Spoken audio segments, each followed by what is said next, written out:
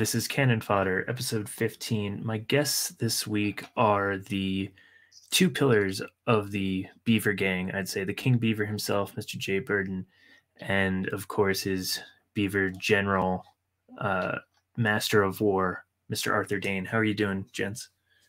That's a new title. I'm doing well. Thanks for having me. Yeah, I think that's how the Hell's Angels do it, right? You know, you have your president, your vice president, and then your master of war. Oh, and geez. I feel like a few titles are better for Arthur than that one. But Most I'm definitely. doing quite well. TR, thanks for having me on. I'm looking forward to it. So, little inside baseball for the listeners out there. This is the second attempt at trying to get these guys together. First one we recorded was great, but in my boomerisms, I accidentally deleted the recording. So these guys were generous enough with their time to come back and discuss Knut Hamsun's Hunger. Guys, first impressions on the book, or second, I should say. So yeah, I'll go into it because I know it's Arthur has read it more than I have, so I'll let him kind of round us out. But I was looking for book recommendations.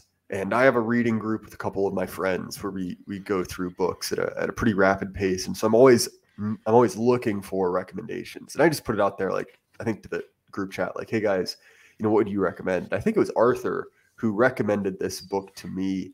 And I'd heard of Knut Hamsun before, but only for his other book, Growth of the Soil, which I still haven't read yet.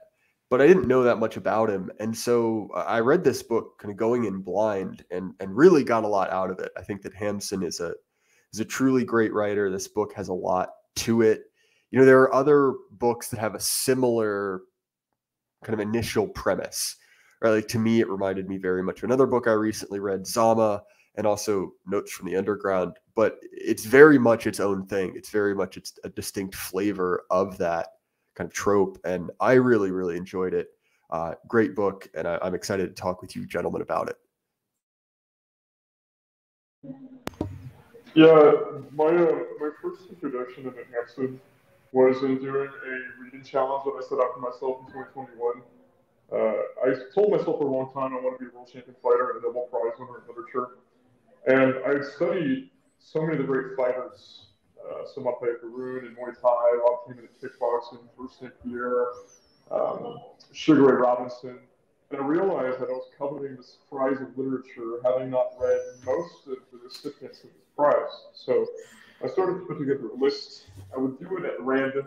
Initially, I was planning to read them in order, but you actually have to learn French to complete this challenge because Sully Prudhomme, the winner in 1901, the very first winner, there's still not an accurate translation of his poetry. So I was kind of just dipping in the list, and I came on 1920, and I found Hamsun. And I saw that he was credited with really the birth of modernism. And a lot of people say that, Hemingway, Virginia Woolf, Jean-Paul Sartre without Hamsun, and I thought to myself, how come I've never heard this guy? And then I read a bit further and saw that he was a Nazi sympathizer. I said, okay, so that's why. And I picked Hunger because that was his very first book, written in 1890. And honestly, I fell in love with it almost immediately. I think about 4 pages in, I knew it was my favorite book. I struggled to find a sort of literally me writer. I have been compared to Hemingway by a lot of people who know me in my personal life, between my pursuit of combat sports and writing, much like Hemingway, but I could never fully accept that due to his communist tendencies. And a lot of his books dealing with subject matter that sort of point down. With Knut Hamsun being at the end of the Romantic Age and sort of in the dawn of the modern age, kind of running parallel with the Boer War leading up to World War I, Scott Fitzgerald really nailing down modernism for the first time. Hungers kind of has one foot in romanticism and one foot in modernism because it's the first human consciousness, but he still held these traditional values. So it blew me away. I had gone through a lot of what the protagonist, who is, for all intents and purposes, Knut Hamsun at various stages in his life. Poverty during COVID years when I lost all my work. And I would be in and out of compromised states due to sleep deprivation, working overnight security. So not only was the writing style very much a literally me taste for me, but also the subject matter as well. I'm trying to write when you're in that compromised state, in his case being hunger, in my case being sleep deprivation. That's really interesting, especially the part that you mentioned, Arthur, about him being the first modernist author, because you can read right from the top that there wouldn't be a Virginia Woolf, there wouldn't be a Fitzgerald, a Hemingway, even some Faulkner. You could argue he has his influence there, and hunger itself. Well, I guess, Jack, I want to ask you, what about hunger do you see in your own life? Because as Arthur mentioned, he's the literally me character, and I know in our last conversation, you felt similarly. So sure, and I think that it's probably best to approach that question by describing the plot of the novel at the most general level, right? So essentially, this is the story of a sensitive young man with literary pretensions, sort of degrading over time. So there's this secular device where he's bad off, so he's in kind of a different kind of temporary housing. He's forced to pawn off his personal items, and he's trying to make it big as a writer by selling his work. And so in that, right, is this he has a sort of arrogant attitude where basically like, oh no, I'm special, I'm unique. I have these great ideas that will change the world. And that's the thing that's going to catapult me up the social ladder. And so I think for a lot of us, right, young men with ideas, that's something that we've fallen into, right? That kind of delusion of grandeur. But the arc of the book, right, is at the end, he sort of realizes like, wait a minute, like I'm not different than other people. And if I'm going to survive, I have to throw away my pretension. So this symbolized by his relationship to his glasses, right? And at the end, when he basically does kind of, at least for the moment, give up on this, he throws his glasses into the harbor and gets a job on a ship, right? And over and over and over again, we sort of see this arrogance, this pretension to, being a great intellectual. And I think that that's something that a lot of us have, probably in our darker moments thought of ourselves as.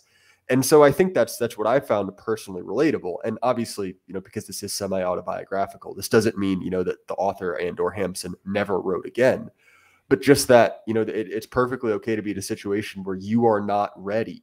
You are not finished with your development as an artist. And sometimes you just have to accept the fact you are normal, or at least for the moment, and you're going to have to kind of slum it out, get a real job, and work on yourself, to be honest. And so I think that that's a very refreshing message, because I compared it to two other books, Notes from the Underground and Zama, and each one of those as well is kind of a tale of degradation, but hunger is different because it's redemptive. There's a path out of it at the end. And I think that that's something that, is invaluable for young men in our thing. What do both of you think of the protagonist? Because he's not named, but what do you think of the protagonists hanging on to these sort of arbitrary rules for himself? He doesn't take charity. When he's put in a prison cell for the night, he says, "Oh, I'm a famous journalist, and actually I lost my keys. And in the morning, I won't need to take the free breakfast or whatever because I'm, this big important guy." What do you guys see in that aspect of his character? I think it's holding the line of standards that, in a lot of ways, I actually think kept him alive. And he also recognized the fact that these sort of reliefs would have been temporary. And he's in difficult circumstances, and oftentimes when you're in those kinds of dire circumstances, you can recognize that too much of a relief can actually be fatal because you can't sort of hop back to it. I remember right when COVID started, I went from making a considerable amount of money per year being a cocktail bar manager in San Francisco, doing that at night while training during the day to go pro as a fighter. And Gavin Newsom shut down the bars. And I was living in a house with a finance guy, so he's fine. He was working online. And he knocked on my door and he asked me, like, "Dude, you okay?" I'm like, "Yeah." He says, "Why?" I'm like, "Because I have to be."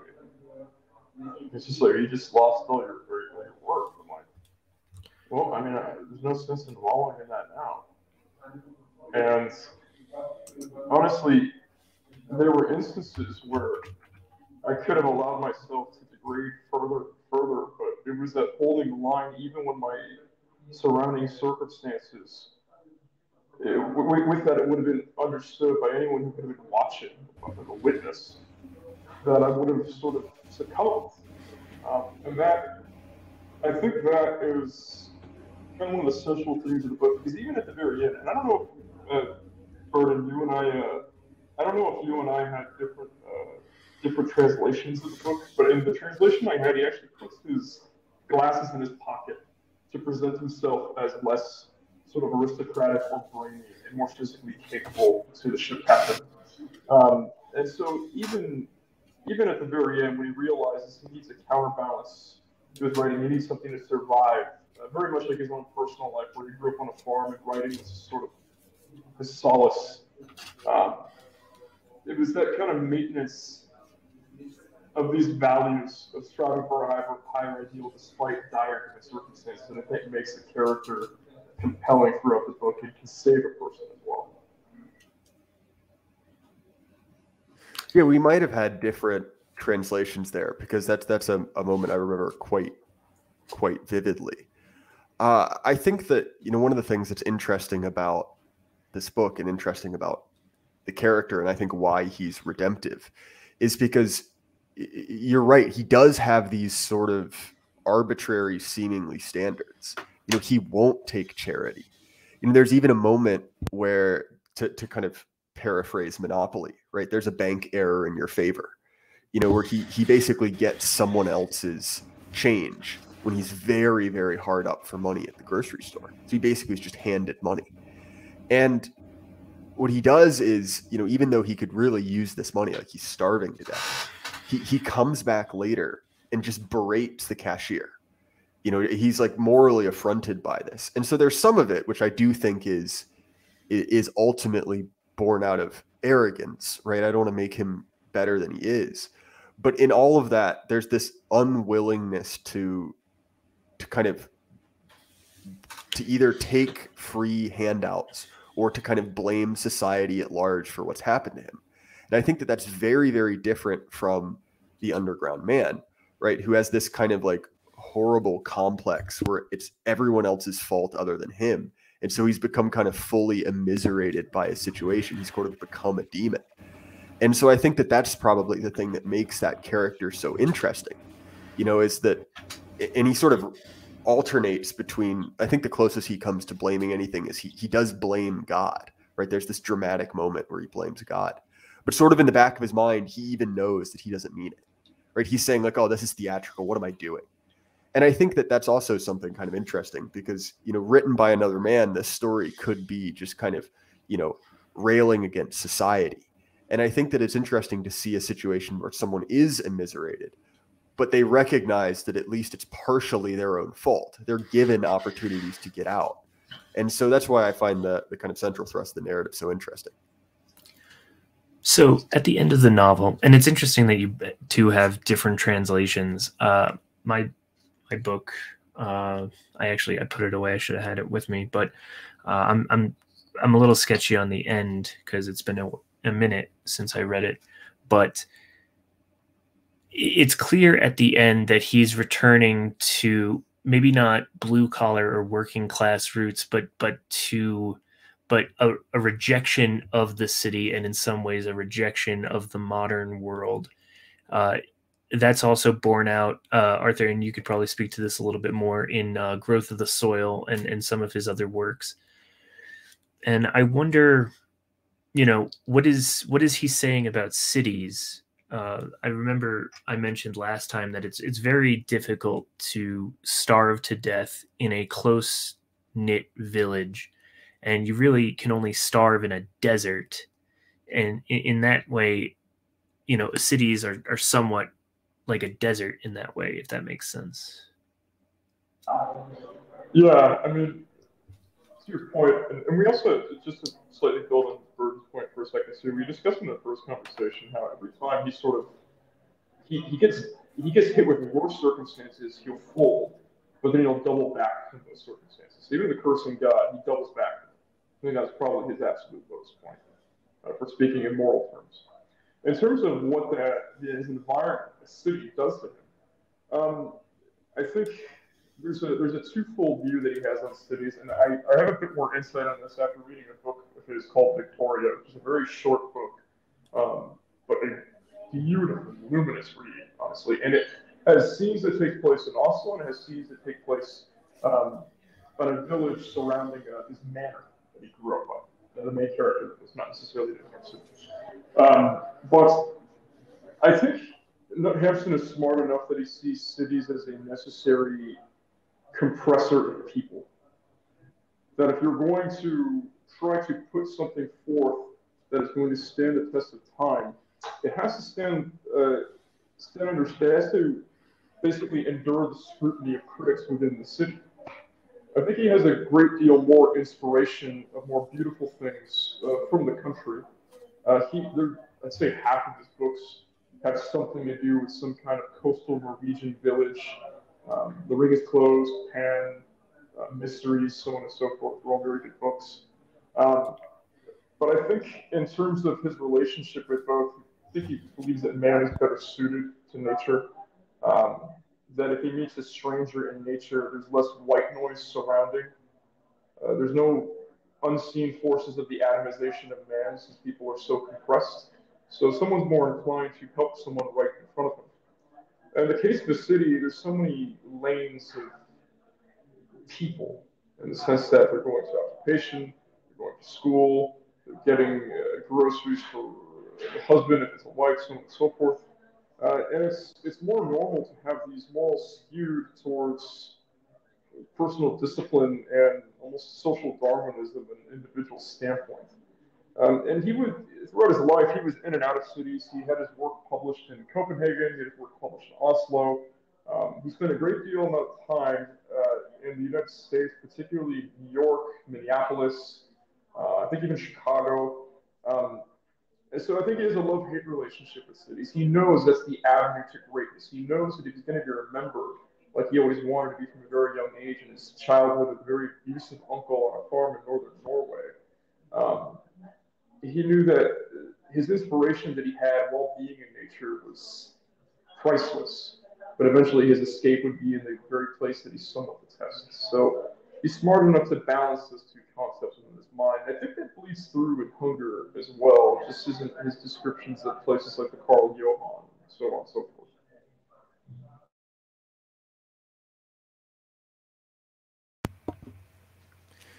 Jay, any thoughts?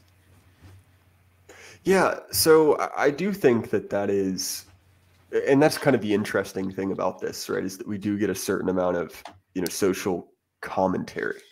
And I think that the fact that, Hamsun is this kind of like, I don't know what you would say, like agriculturalist or something, obviously has a deep relationship to the land.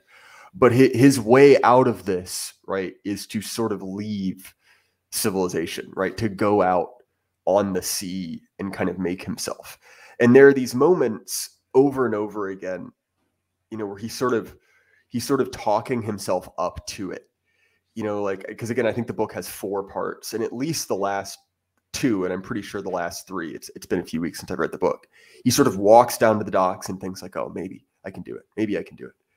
But there is sort of this, recognition of social class, right? He wants to be a member of this kind of like urban elite. And he sort of found himself slowly falling down the rungs of society. He one of his last possessions is this kind of raggedy blanket that he gets from a student, right? And what's interesting about this student is he's described as very kind. He's described as a village peasant, right? Who's sort of come into the city to study. And he's very, very kind, but there's this moment where the main character comes back to his dorm room basically to try and like get more charity out of him. And he's not there, right? He's gone back home to visit his family. And so one, I think that's interesting, right? This sort of beacon of kindness has gone back to his village, right? But also our character just flails, like just curses him mentally, you know, causes this small scene. And so, you know, while I don't by any means think that the point of this book is city bad, you know, there's this interesting interplay between, on one hand, you know, some of the people that are very kind to him are country people, and also his salvation is displayed as sort of going out into the, you know, the unknown, right? The ocean. And to go on top of that, Jay, because I think that's an excellent point. The villain of the book, we can say, is the pawnbroker, right? The man who the character sells basically all of his possessions to at a lower cost than they're worth, because out of desperation. The pawnbroker is, you know, he's abusing the main character because he knows he can, right? So I mean, if you wanted to take this to like a 5th grade literary interpretation of things, you could do the city bad, farm good kind of thing. But I think you're right in that Hamsun's doing a little bit more than that. Well, and one of the things I kind of hate the majority of times people bring in the author's biographical detail. You know, a lot of times it's pretty stupid, but I think it matters in this case because, you know, as we've kind of hinted before, like Hamsun was very, very poor. And, you know, this is semi-autobiographical, and he did a bunch of weird jobs. You know, he emigrated to America and then moved back. And he was raised by an incredibly abusive uncle. And so I think that it is no accident that the pawnbroker is named, at least in my translation, Uncle. And yeah, that's right. I think that, I mean, like I said, I'm not trying to read into this. That seems to be very, very deliberate.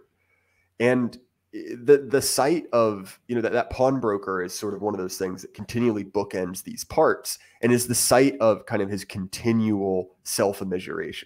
You know, he goes from selling, I think he's described as selling all his furniture, selling all his books.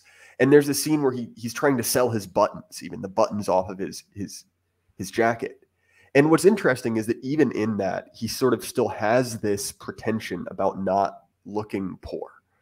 So one of the things that I think is interesting is that despite the fact that he is visibly unwell, he's trying to sell his buttons, but he has to do every one as it's a casual thing. Like, oh, you know, I was just stopping by and wondered if these buttons would be worth anything.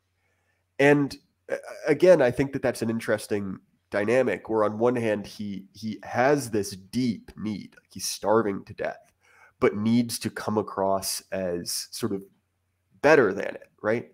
Like there's this one scene, and I can never remember the name of the female prostitute he ends up spending some time with. It's impronounceable. Eolia, I think, something like that. All right, her. Like Yella Jolly or something like that. Exactly. I can barely read English, let alone kind of fake Norwegian words. And one of the things that's interesting is that he has 2 interactions with prostitutes, right? And the first one, he's walking around, again, very hungry, it's very cold. And this streetwalker basically offers her services to him for free. And he just goes ballistic. He absolutely loses it. And I mean, he's even said, like, he hasn't really been around women very much. You know, he unsurprisingly, starving lunatics don't really tend to get a lot of action. But he basically, you know, dresses her down in public, you know, has this kind of high sounding, you know, moral cant, and then just completely blows her off. And I think that's another interesting point where he really does still have strong morals. And there's kind of a continual conflict between his like animal side, you know, that has real needs, and his kind of high aspirations. Because one of the things that's interesting is that his writing is completely over the top. You know, at multiple times he will sell an article, you know, or he'll get an article where the guy says like, all right, like I'll pay you for it, but you need to do some edits. And it's always described as because his writing is too much. It's too high-minded. It's too conceptual. And he refuses to ever compromise. He refuses to write, you know, something more accessible, refuses to write about the news. And again, I see that as, you know, a good cause for his kind of like immiseration, which is an unwillingness to take criticism of his artistic output. What's interesting, the two interactions, I think the case with the street worker in Yilajali might be a difference between a potential courtesan and just a straight prostitute. Because in the first instance, when we see the main protagonist meet Yilajali, she's with her mother, and then the last time that we see her, she's with a nobleman. Maybe I'm reading the situation wrong, but it struck me that the mother was very much trying to get this Yilajali married to someone of means. Seems like they were doing a bit better than obviously her protagonist was. And that's why it was pretty heartbreaking to see how that relationship unfolded by the end of the third book, because it really pulled at your heartstrings for a split second of thinking that there could be something more there. I think there was less discussed as well towards the original process. I think that was just more of a moral stance, like, no, I don't do this. But I think where you see the greatest amount of disgust is when he sees some of the aristocrat types at night acting, you know, in ways that aren't so savory. It's like he's seeing this social class that he's aspiring to be a part of, and he's seeing that they're human, and he has this very short, dark-nighted soul where he says, "Gosh, like, these people are unworthy of their position. If I was in that position, I wouldn't act in such a way." So he almost becomes disenfranchised with the goal of that he's putting value on, the goal that he's trying to act. He's just trying to hold on to till the very last second to act like he can be a part of it and rise to be a part of.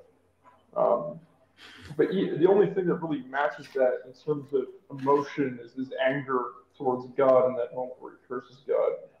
But I think it's matched with the disgust he has for aristocrats who fall short.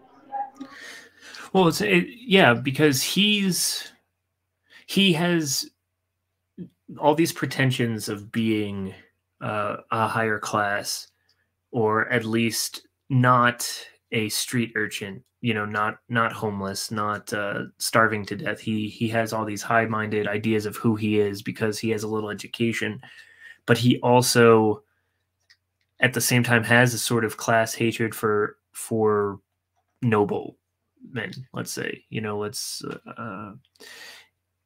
some of that is, I think, just him trying to pass the buck a little bit, but it's weird because he's trying to pass blame, but also realizes that that's wrong.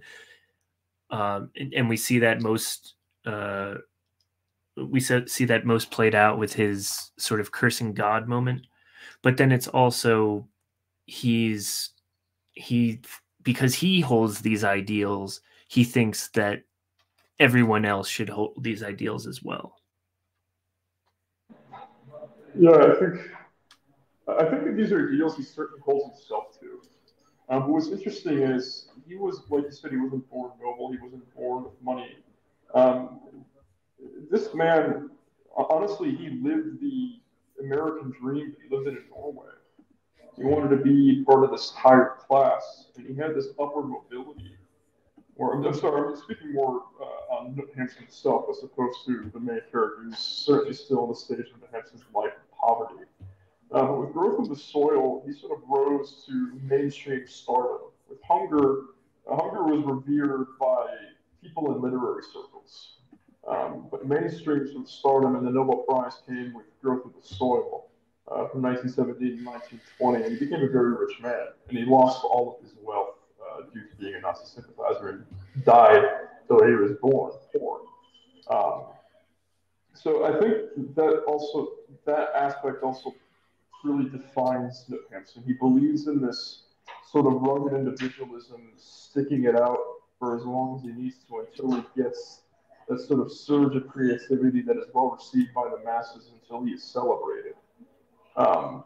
And not to spoil some of the books as well, but there's a scene in Victoria where there's the main character who's a writer. He's finally celebrated amongst people, the intelligentsia, officers, the military, aristocrats. that desire bleeds through. And I think there's a scene in Mad Men, if you guys have watched it. I think it might be the greatest scene in television history, between Don Draper and Conrad Hilton, of the Hilton Hotel franchise. And they're both sort of at a wedding. Don's at a party at this country club, and Hilton's at a wedding at this country club, and they both meet for chance at the bar, and they take note, saying they're both not members, and they both sort of open up to each other. Don talking about how he grew up poor, lost his farm in Illinois, then he's coal country in Pennsylvania, and that Conrad Hilton grew up in San Antonio, New Mexico, before it was a state, and that he would paddle his John boat and he'd see a manor. And he says now that he is where he is, it's a whole lot different inside. Don Draper obviously rises to advertising stardom. He gets a Clio multiple times, and it's hinted at the very end that he writes the most famous Coke ad ever. But they're still sort of fish out of water. They've risen to be better than the people they wanted to be amongst just by pure hard work in terms of their productivity, in terms of competence at the job. But they still feel like something's missing, and that probably will never be there for them. And I think that's the case with Knut Hamsun. I think that would be the case of this character if he ever got what he wanted in the context of hunger. Well, it's interesting that you say that, Arthur, because to me, every little bit of success, every accepted article that he gets, every bit of money that he gets fuels his delusion in some ways. He thinks he's so close to just breaking out that the hunger and the starvation and the deprivation and the degradation even are worth it, because he's just right there on the cusp of quote unquote making it. And I think that's probably the most dangerous aspect of ambition, especially for 99% of people. It won't work out, right? The reason that the great men of history were great is it was just within them. Whether it's great military leaders, great writers, great artists, this, that, and the other. There was certainly a bit of providence and a bit of luck to their success, and in some ways it was predestined, let's say. Whereas 99% of people could try and do the same exact thing, but because they lack in some area, like maybe this protagonist does, they aren't going to make it, right? And the protagonist has to go and learn a bit more about the world in order to bring all of his brilliant ideas together and maybe make them more accessible to the common man. And I think that's what he's doing when he gets on the ship. What's interesting is that I go back and forth between the old world ideal and the new world ideal. And I think that Hamsun is torn between the two. Old world is very much rooted in you come from this particular class. You were born for this. You were destined for this. And great men are born of great men. But every once in a while, there's a scramble when great men no longer raise great men. There's a vacuum, and someone has to rise to that occasion. And yeah, I think there is a bit of luck that a scramble would even exist in the first place. But I guess to a certain point, I wrote this on Twitter a while back too, that everyone thinks what you're doing is stupid until you succeed, and then it's brilliant. Certain traits of personality are perceived as brilliant if you're successful, and if you're not successful, they can be perceived as pedantic or nonsensical. And I don't want to make too many assumptions about a writer from the 1800s through the 1900s in Norway, but I think he was somewhat aware of this. Right? I think he's somewhat aware, like, these people were born with this. I wasn't. That's fine. But at the end of the day, great writing is great writing. And whether I need to find it within myself or whether I need to expose myself to certain experiences that will change me, I will find a way. I have this will to power. I will find a way to make my mark on the writing world. And I think there are very few people who made an even greater mark than him. I think you can count them on one hand. Jay, you wrote about on your Substack Great Men and the tyranny of just, and I wondered if you might have thoughts on this in the context of hunger. So yeah, I think that, and the thing about great men, right, is that there's different archetypes of greatness, right? In that Carlyle book that I quote from all the time, Heroes, the Heroic and Hero Worship, or something like that. It's a bit of a clunky title, but he goes through the different archetypes of the great men, right? So he talks about figures, like Alexander, Cromwell, Martin Luther, who kind of, despite your opinions on the individual men, were extremely influential. They were great. Their names will live on, just all moral opinions aside. And I think when we look at someone like Hamsun in particular, we see a great man, right? So he was, as we've kind of talked about before, he was a big fan of Hitler. Really liked him some Hitler. And as you can imagine, when Hitler lost, he suffered for it immensely. He was essentially ruined by it. It's actually part of the reason that his books are not nearly as popular as I think they would be in the West. But I think that there's a difference between commercial success and greatness, right? So in the American context, the classic example is, geez, why can I not remember the name of the name? Wow, this would be better if I could. Who wrote Moby Dick? Melville. Melville, thank you. Wow, that was a senior moment. Point is, right, it is someone like Melville, who basically had no commercial success really within his lifetime and was sort of rediscovered later because there was this kind of kernel of greatness inside of what he created. And so I think that is, that there is something to that. There's sort of that inner strength of saying, like, what, despite all that despite my lack of success, I'll keep going. I'll keep working at this. And I think that's an important tempering to what I was saying earlier about hunger, right? Like the way that we shouldn't read him, signing on with the ship as giving up on his idea of writing, right? Not at all. And you see this in Hamsun's own life. But it's the idea of like, okay, like I'm going to need to recognize the world as it is, right? I'm not going to blame society for not recognizing my greatness. Because that's another thing that I think is important in all of this. This character doesn't rail against everyone else for not getting it, especially at the end. He realizes like, okay, I'm either not ready or now's not the time. But he nonetheless comes back to that great endeavor and so can produce something kind of transcendent in that. And I think that, that's kind of one of the interesting things about this is that, his degradation is explained in kind of animalistic terms, right? Like, and we see that in what he goes about eating. At the first he's kind of, eating, cheap food and kind of talking like basically saying like, oh, that's kind of embarrassing.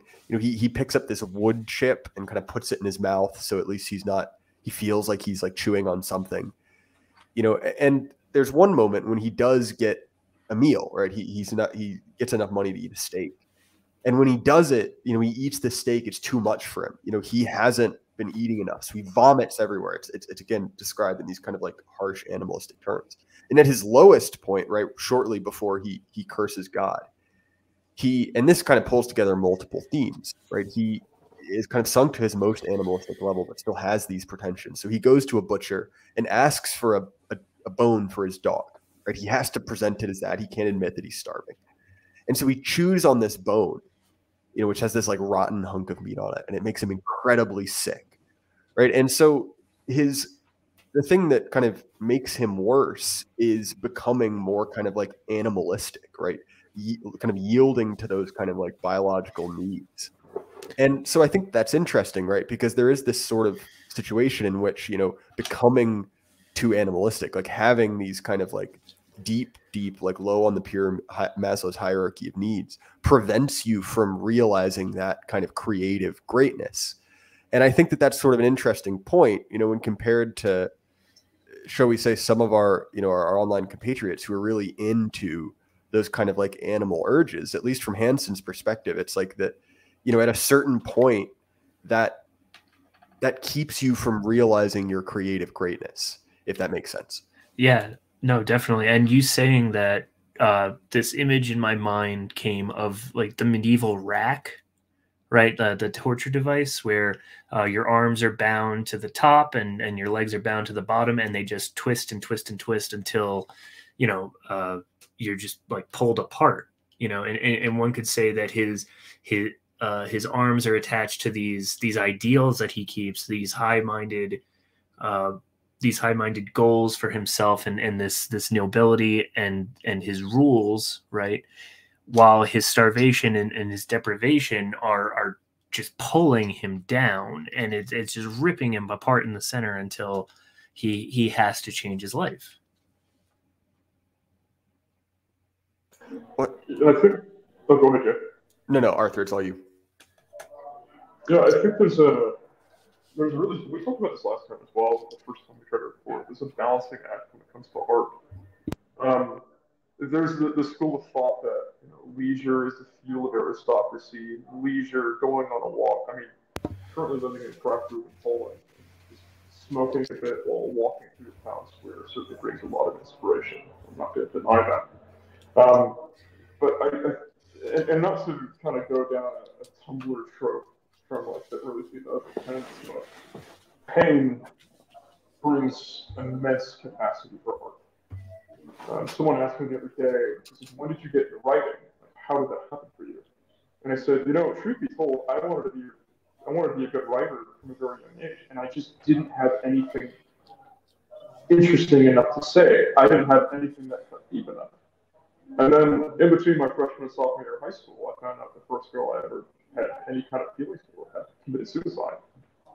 And then come sophomore year English, I had a teacher who, you know, perfect timing, he's not only teaching me to write, but how to bleed.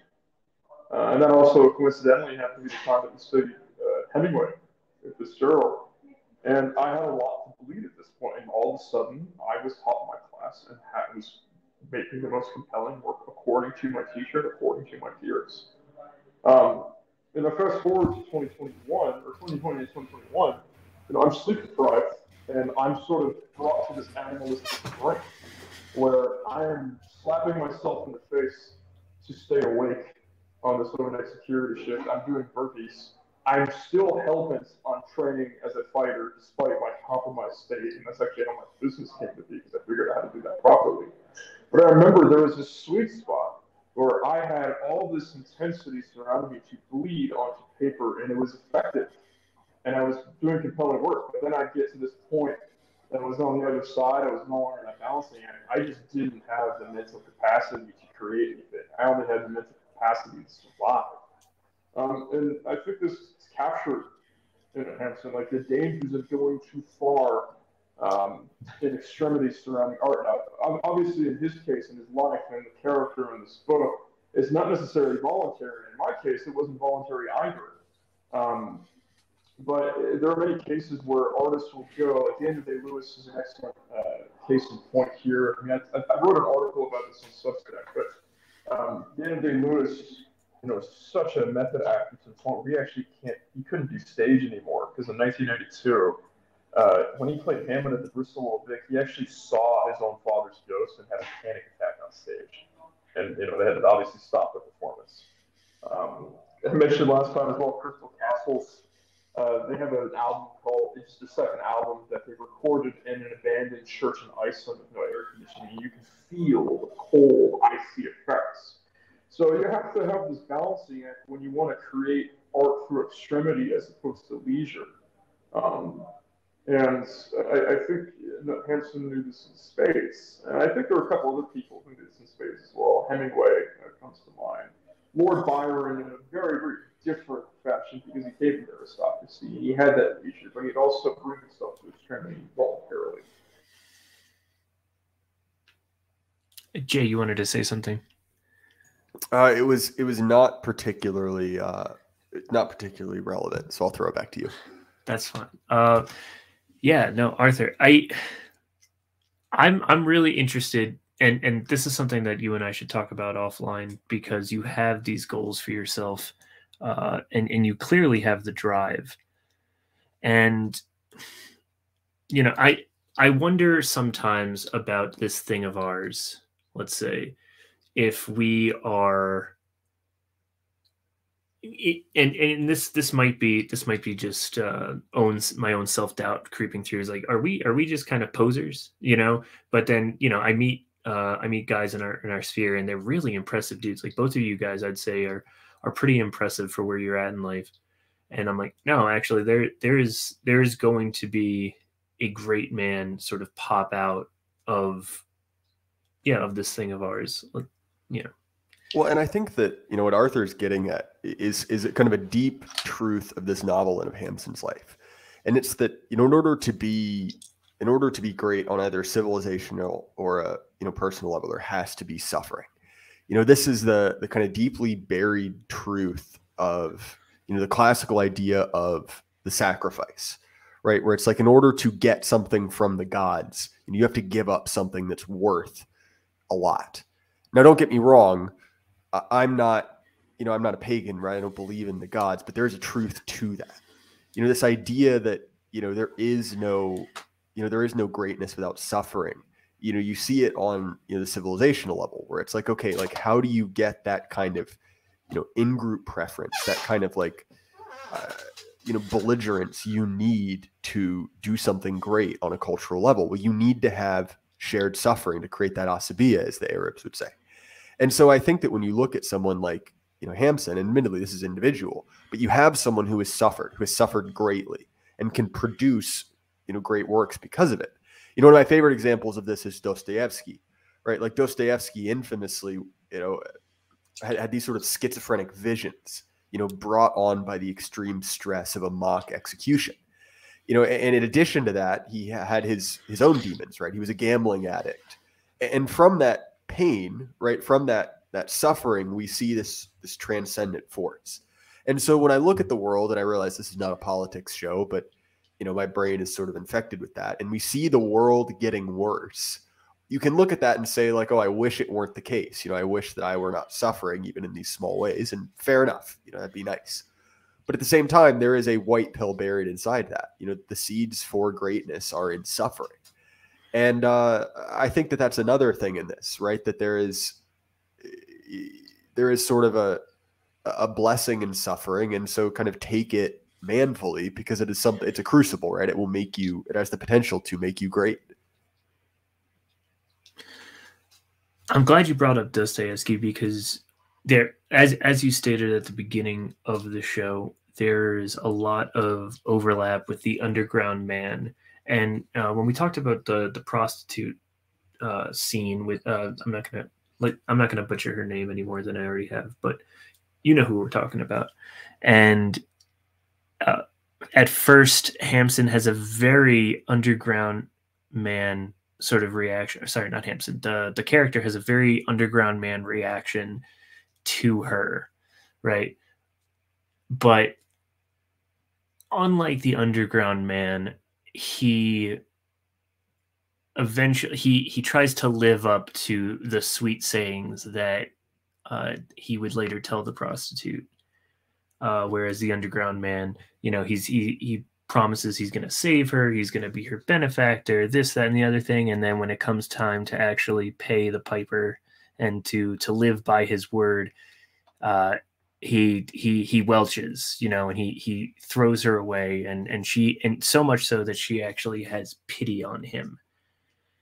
And I guess to do some character comparison and contrast there, I wonder if I wonder if there's a cultural aspect to that. I wonder if what are these two men saying about the nature of man in these interactions? So sure, and it's been a while since I've read The Underground Man, so forgive me if my recollections are a little bit hazy. But one thing I think is different is that there is to take a term from the leftoids, right? There's a power differential here. So the Underground Man is this kind of like horrible mid-level bureaucrat, right, in his cave. Whereas, the main character is sort of this down and out, starving artist, right? Like he doesn't really have the ability to lord it over to lord it over anyone. And so I think that's part of it. But also the relationship is different because, our main character in Hunger never actually, consummates this affair, right? He goes back with her to her house. They start, kind of like making out, and then she gets freaked out because he's kind of a lunatic. And so I think that that's different, right? Is that he isn't able, or it also doesn't seem like he's particularly interested in kind of manipulating her in the same way that the underground man is. And so that's why I'm saying, there are certain similarities between these two, right? Both of them are this kind of like stream of consciousness rant from, a man kind of who's degraded, but they are different characters. And at the end of, Underground Man, you just get this feeling of like, this is the lowest man on earth. He has created hell for himself and others. Whereas, Hunger, it's like, okay, well, he seems to have passed through this period. And while both of them share that kind of pivotal point and kind of relationship with a loose woman, it is the trend line's going in a different way. Yeah, I think the case too, and part of the reason why I thought, if you guys are familiar with that movie Gigi from the 60s, I think it won Academy Awards. French girl, she's basically, brought up to be this very, very well taken care of courtesan. But obviously they prefer marriage, and I think that's the case in Gilligan. That's my speculation. I might ask, some of our Norwegian friends if they're out there, like Bingo or someone, if this is the case. But I think that actually really just speaks to his character as well, that he's not willing to manipulate a woman who he's grown legitimate affections for to be accepted by her. If he's not going to be accepted as he is, he's not going to try to force the issue, whether directly in a horrific way or indirectly in a sleazier way. As far as, and I think that kind of highlights this notion of what I say are the sort of posh degenerates. You have these people in a mid-range. They're not necessarily like the Underground Man, who's not necessarily this beacon of hope in the highest class. But they get to a certain point of means, and they're willing to throw that around. They're going to cover that up with their money in the first place. And there are people like that out there who have this excess wealth, this disposable income, who think that it inherently makes them better. So I don't think that the protagonist here can be characterized as such. I think he's quite the opposite. And his disgust for such people that he saw like the Internet walking down to Carl Johan kind of speaks to that. Well, so gents, we're coming up close to an hour, and unfortunately I have a hard out. So I want to give you guys the final word each, and then go ahead and plug what you're doing, where people can find you, and how they can support your work.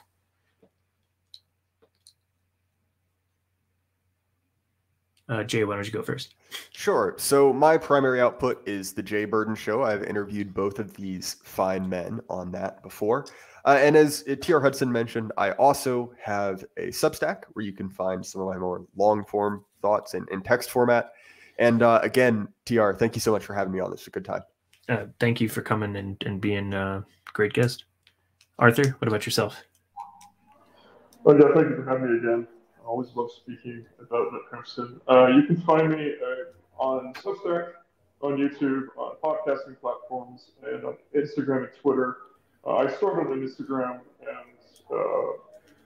I started on Instagram with an audio-only podcast. I'm pretty new to YouTube, Twitter, somewhat new to Substack. I'll be releasing a solo podcast going in depth about Knut Hamsun himself, his life, his writing, his legacy, some of his other works that fly under the radar. Shortly after this is released, I'm putting out an article about anti-culture, and I'm putting out an article finally about why postmodernism is dead on Substack quite soon. And yeah, funnily enough, I've submitted a speech for the Old Glory Club event in Memphis that actually has to do with what we were saying earlier, with the shaping of elites in harder times, by taking on the suffering ahead of time. So hopefully that's accepted, and hopefully I can see both of you there, and hopefully I'm actually seeing that speech on stage. And I'll make sure to put all of those links in the show notes below. And if you've made it this far, I just want to say thank you for supporting the Double Dealer and Canon Fodder and my work. You know where to find me. You know how to get to the links. And if you want to become a subscriber, that would be on our Substack. If you want to become a paid subscriber, that also would be in our Substack. By the time that this comes out, we should have our next issue, issue 12 of the Double Dealer magazine out, featuring some really great artists and writers, and I can't recommend it enough. I'll be the editor for that issue, and since I don't really know how to end these things, I'm just going to say insert ending here.